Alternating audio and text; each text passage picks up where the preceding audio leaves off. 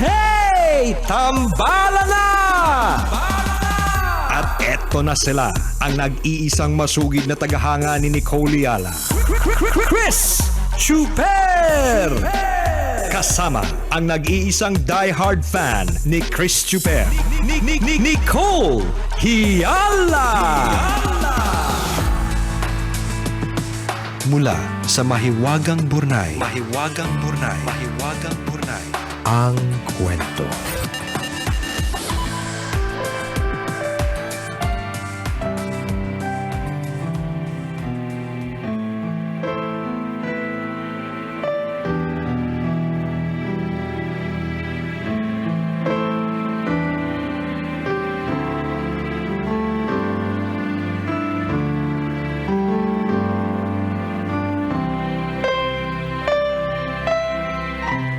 Dear Nicole and Chris, itago nyo na lang ako sa pangalang Julia, tambalanista since 2008.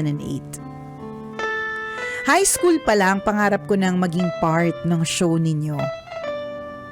Nag-level up na ngayon.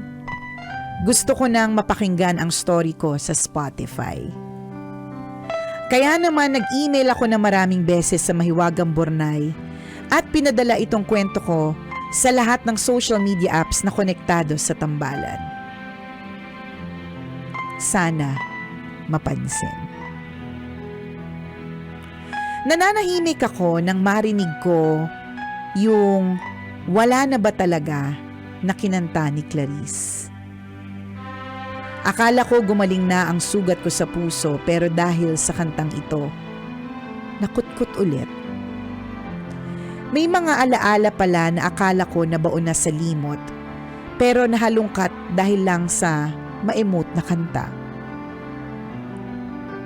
7 taon na pala. Wala na ba talaga?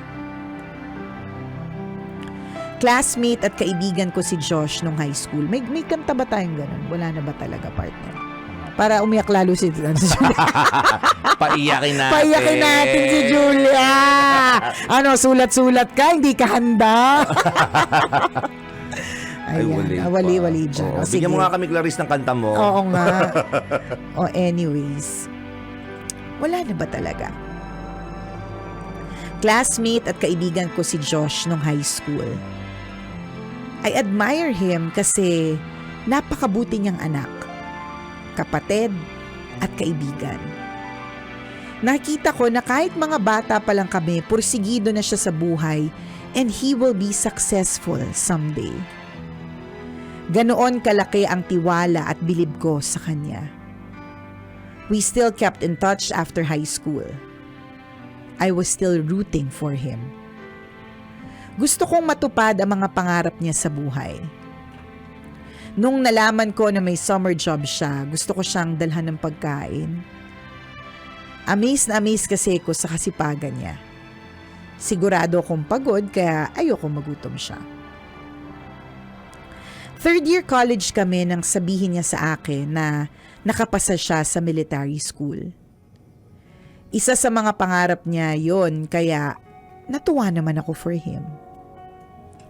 Nung nasa military school na siya, kapag gusto na niyang sumuko, pinapalakas ko ang loob niya. Sabi ko, sa dami ng gustong pumasok doon, ang swerte niya at pinalad siya. I assured him, makakagraduate din siya. Nung mga panahong yon, palagi kaming magkausap. I was happy to be a part of his journey. Ako, yung cheerleader niya. Gusto kong matupad niya ang mga pangarap niya. Wala na ba ako sa iyong puso? Hindi na ba ako ang mahal mo? Ewan ko ba? Pero bigla akong natakot. Natakot ako mahulog sa kanya ng tuluyan at mawala sa focus. Kakagraduate ko lang ng college. May mga pangarap din ako na gusto kong ma-achieve. Gusto kong mag-explore at magtrabaho sa ibang bansa. Gusto kong bumalik sa Amerika. Natakot akong lumalim pa ang sinimulan namin. First boyfriend ko siya pag nagkataon at hindi ko pa nasubukan ang LDR. Baka mawalan ako ng kaibigan kapag hindi nag-work ang relationship namin. I friend-zoned him. Looking back, ang sarap isipin na minsan pala may taong isinali ako sa mga plano niya kahit isinantabi ko siya. I took him for granted. Hindi ko siya naging priority. Mas inuna ko yung sarili kong pangarap at hindi ko siya isinali sa plano ko. Iniwan ko siya sa ere. Bakit ba kailangan nang mangyari to? Engaged na siya last year sa babaeng hindi siya iiwan para magtrabaho sa ibang bansa at walang takot isama siya sa mga plano niya. Ako dapat yun. Ako yung nandun nung magsimula siyang mangarap. Ako yung sobrang proud at masaya nung nakagraduate siya. Ako yung sobrang excited sa mga achievements niya. Minsan napapaisip pa din ako, what if hindi ako natakot? All this time, I thought ako yung totga. Hindi pala. Masyado lang akong nagmamaganda. Siya pala ang the one that got away ko. Gusto ko lang mag-sorry sa kanya at magpasalamat. Hindi ko makakalimutan when he invited me sa ring hop. Ito yung first class cadet na sayawan, tas yung pinakamalapit sa puso ng kadete, yun yung kasama niya. Ako yung gusto niyang kasama doon, pero hindi ako nakapunta. Nevertheless, kinilig ako when he invited me. I felt special. Sa ngayon, nakabase ako sa ibang bansa at kamakailan lang ay nagbakasyon ako ng Pilipinas. Minsan sumagi sa isip ko na gusto ko siyang makita para mapatunayan sa sarili ko na wala na akong nararamdaman sa kanya. Baka dala lang ito ng pagiging single ko at kakarusel Nava sa karaoke. Minsan kasi yung mga memories at maramdaming mga kanta, lason yan. Mapapa-what if ka at mapapa-hold on ka kahit wala naman na talaga at tapos na. Salamat sa pagbasa ng sulat ko, Tambalan. Okrayin niyo na ako. I am ready. Ang inyong tambalanista, Julia.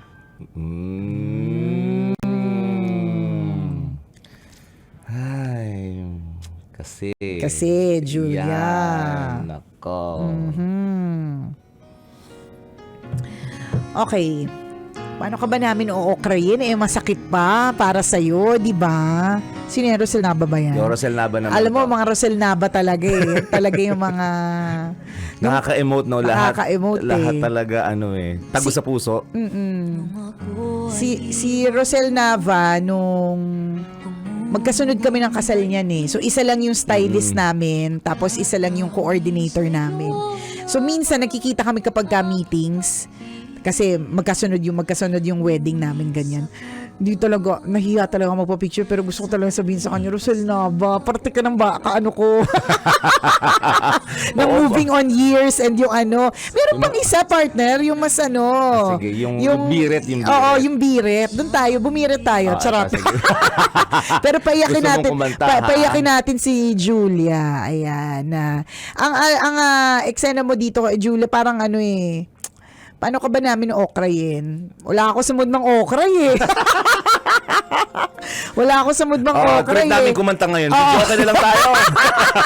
Ikanta mo na lang yan. Ikaw na nga mismo nagsabi, di ba, na yung mga ganitong klaseng mga kanta ay lason. Kasi mapapa-what if ka at mapapa-hold on ka. Ayan. Yan Minsan talaga di nakakatulong eh. Gusto mo na nga makalimot maging masaya, tapos narinig mo na naman yung kanta ninyo. Correct. Naku, hahagulgul ka na naman. Tama. Mapapatagay ka na naman. Di ka na naman makakatulog. Di ba bata pa ng boses ni Rosel dito? Bahagi tayo ng bahagi ng buhay natin ng mga kanta niya. Ang Correct. TV Days pa nga lang, di ba? Tama. Oo. At nag-focus tayo kay Rosel. Correct. Si Rosel pala yung Una si nag-message. Julia. Hindi, sige, balik tayo sa'yo, Julia, di ba? Gusto mo okrayin ka namin because you're ready. Pero siguro yung sa okray na part, ang sasabihin lang namin sa'yo, yung ano mo, yung kadeteng yun, yung that guy, yung totga mo, naka-move forward na talaga. So, sa totoo lang, there's no use crying over spilled milk. Natapon na yung natapon na yung gatas. Walang rason para iyakan mo yan.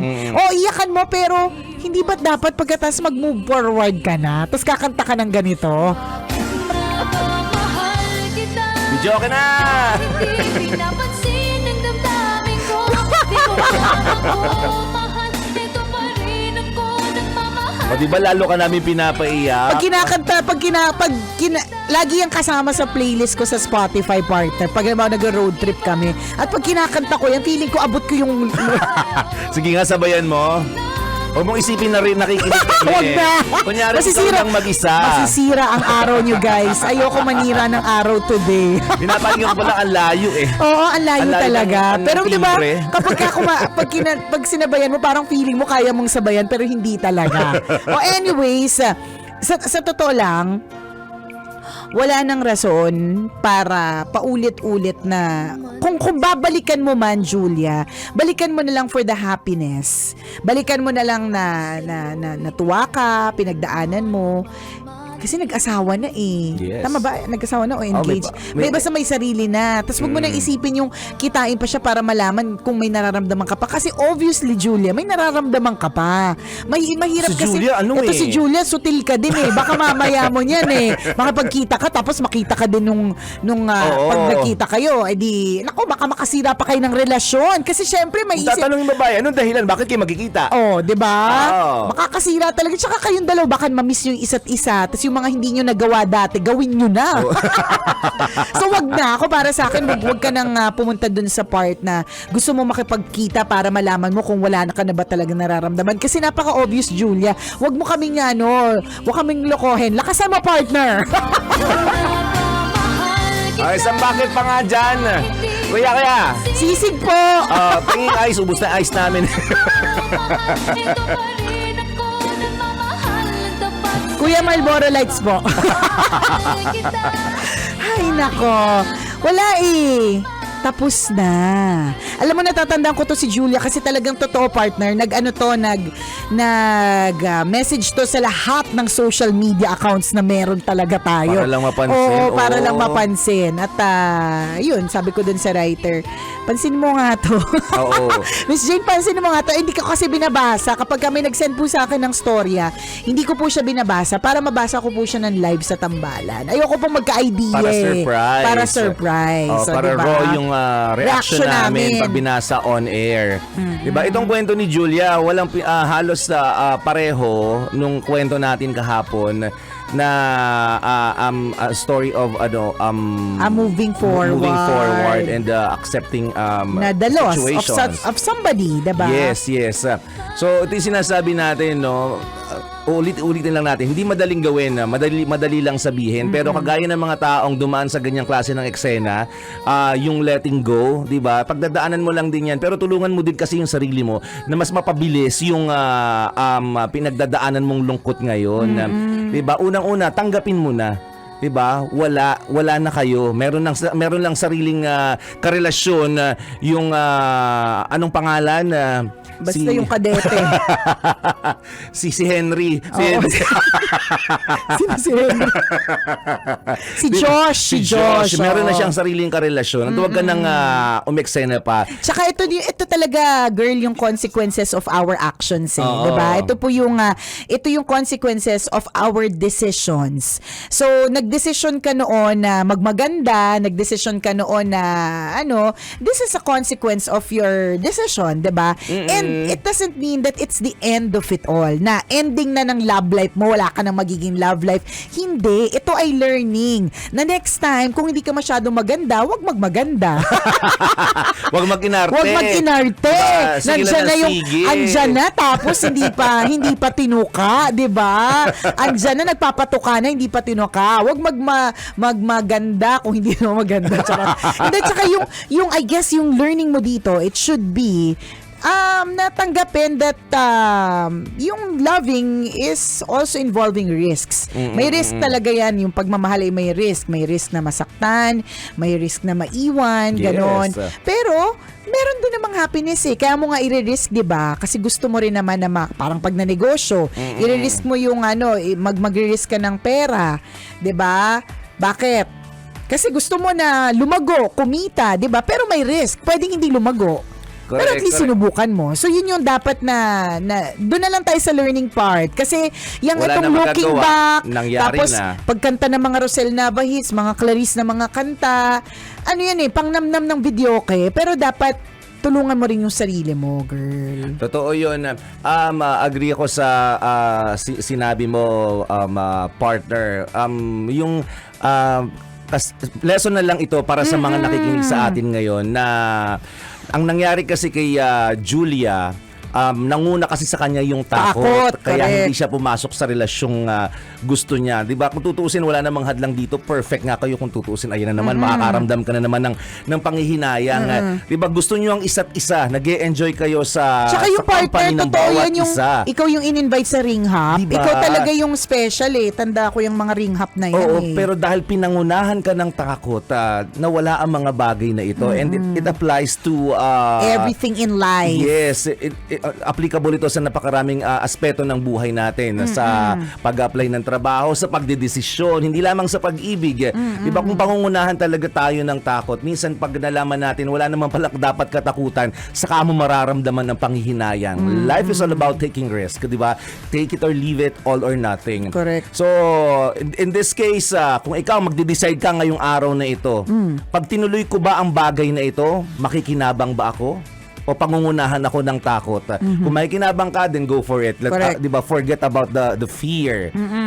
Kasama talaga yun eh. Kasama sa journey yun, fear. Totoo yun. Minsan, ako kunya takot ako sa exam kasi ayoko maramdaman na bagsak ako kasi mararamdaman kong bobo ko. Pero wag kakainin ba ako ng exam? Oo nga, hindi ka na makakainin nun. Totoo. Diba? tsaka Uuwi hindi ka pa rin pa naman ako sa bahay naman namin mamaya. Kaya Kung nga. kung matapos ang yung exam namin. At Mga saka kung ganong hindi ka tipo. man nakapasa doon, edi... Ako lang naman nakakaalam. Ikaw lang naman. At saka better lucks next time. Diba? Ganun na lang Ganun yun. tipo. Pero kung pangungunahan ka ng takot, hindi na lang ako mag-e-exam, wala ka walang na-achieve. mangyayari. Wala kang mapapatunayan. Wala kang malalamang sagot sa mga tanong mo. Correct, diba? So, ganun yun. So, doon na tayo sa learning part, Julia. Yes, diba? para sa lahat ng mga nakikinig sa atin hindi na ngayon. tayo doon sa balikan pa natin kasi pag patuloy mong binabalikan at binabalikan, 'di ba? Hindi mo yan nalalabanan eh. Mabuti kung babalikan mo lang for the happy memories, pero kung laging doon sa panghihinayang, it's a negative emotion, ha? So ang lahat po ng negative emotions nakakapangit. Pag pumangit ka, paano kung magkakaroon ng bagong love life, girl? 'Di ba? Concerned ako diyan. O Correct. isipin mo 7 years na yung nakalipas. Sayang yun, no? Oo. Ang dami na sana. Ikaw, ang dami na sanang naganap, Oo. nakilala. Diba? Ang dami Diba? sanang kilig moments. Correct, sa iba. Yes. And deserve mo yan. Deserve mong kiligin. Hindi, uulitin namin. Lagi namin itong sinasabi, ha? Uulitin ulit namin. Hindi lang si Josh yung pwede magbigay sa'yo ng ganyang klaseng kilig.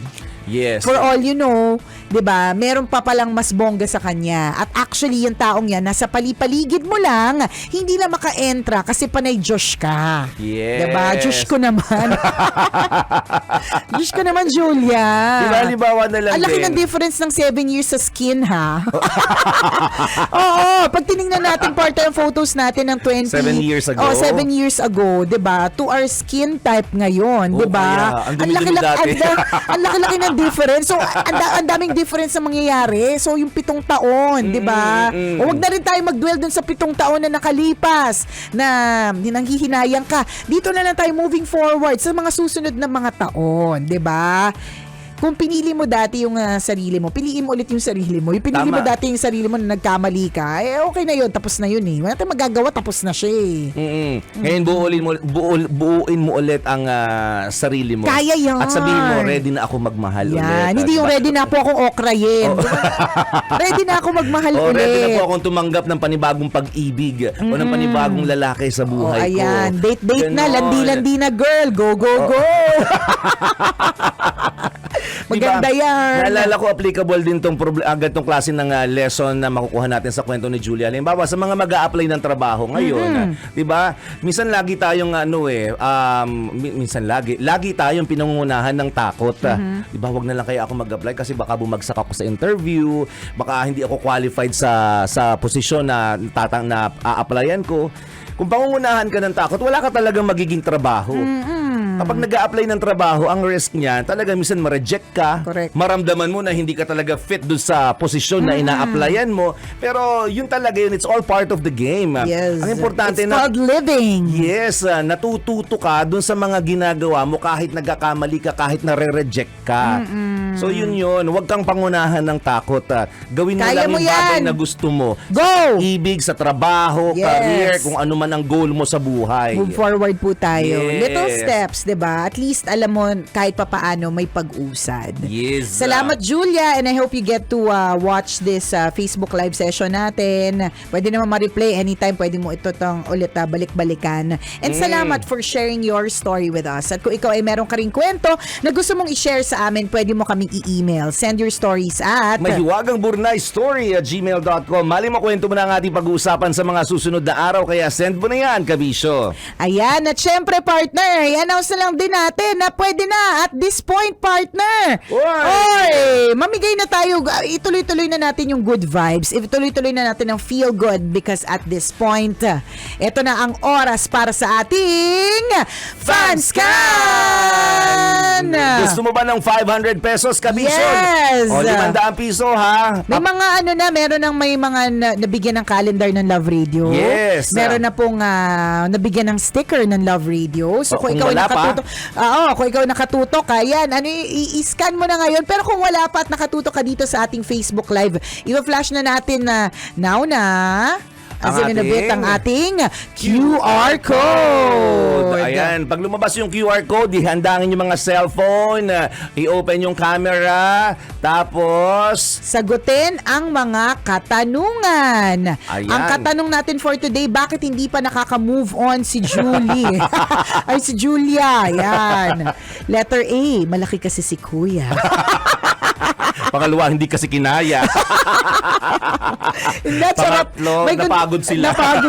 That's na may tanong dyan. At ang tanong ay kailangang sagutin. Yan. Correct. Question for today is? Madali lang naman ang ating tanong. Eto na. Today is April 22. 21. Ay, 21 pa lang Oo, pala. birthday ng kapatid ko. Happy birthday, Oy. Noy. Ingat sa biyahe. Happy birthday, Noy. Okay, ang ating question para sa programa ng Tambalan. Isa sa mga posibleng sanhi ng ubo. Ayan. Oh. Letter A. Letter A. Nasa mid ng pulburon. Letter B. Nasa mid ng uraro. Or letter C. May nakaalala sa'yo. Correct. Basta may Ito choices. yung choices. Letter A, virus. Letter B. Soft drinks. Letter C.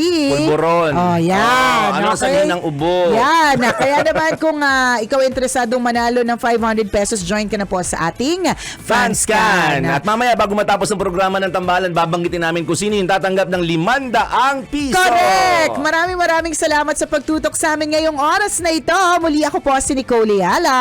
At ako naman si Cambio King Chris Chuper. Na nagpapaalala, walang matatag na relasyon. Sa malanding may determinasyon. Yon!